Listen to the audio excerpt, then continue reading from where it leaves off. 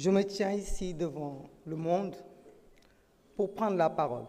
Une parole qui m'a été donnée par des martyrs qui se sont battus pour qu'aujourd'hui je puisse parler à leur nom. Je voudrais solennellement tenir une minute de silence, malgré la préciosité des minutes qui nous sont comptées.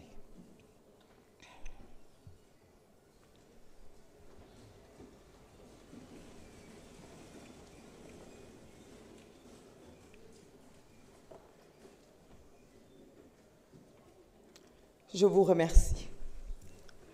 Je vous remercie et je suis fière d'être aujourd'hui avec vous dans cette salle. Et je suis fière de vous tous, autant que vous êtes. Beaucoup ont épilogué, on nous a parlé de manifestations qui ont amené des morts. Je voudrais rappeler que dans le monde entier, pour défendre la démocratie, des gens manifestent. Je voudrais rappeler qu'ici au Sénégal, de 2012, en 88, en 93, toujours des gens se sont levés, se sont battus pour la démocratie sénégalaise. Certains ont même parlé du nom du Premier ministre ou du chef de l'État.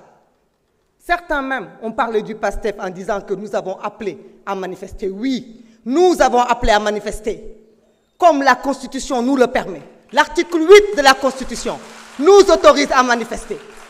Ce n'est pas parce que nous manifestons que nous méritons la mort. Ce n'est pas parce que nous manifestons que nous devons être abattus.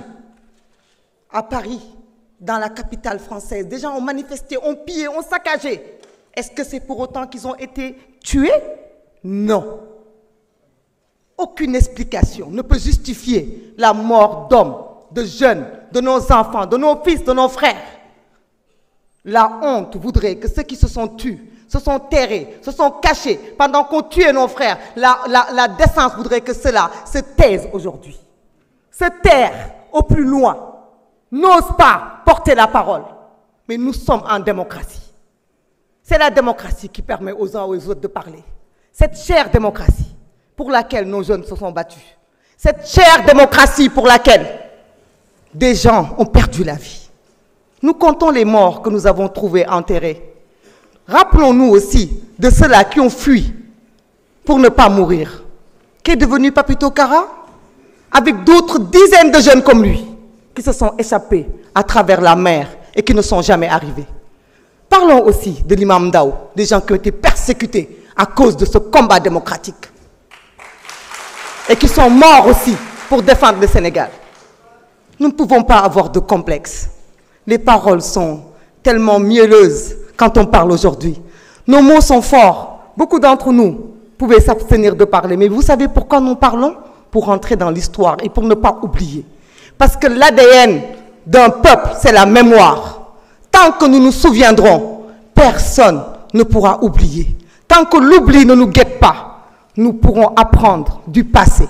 Certains nous disent l'amnistie. Vous avez pris ce qui est bon. Oui, nous avons pris ce qui est bon de cette amnistie.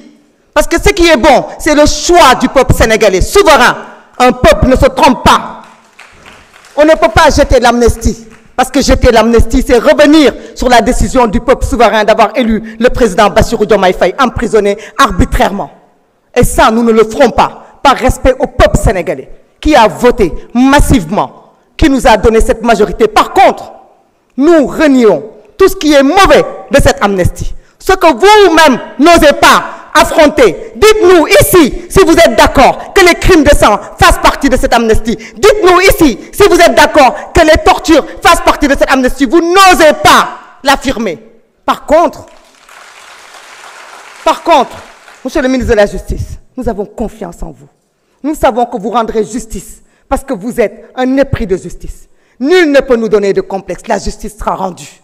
Mais ceux qui veulent mettre dos à dos des manifestations, des pillages, des casses de voitures, des casses de magasins avec le respect de la vie humaine, je dis honte à vous.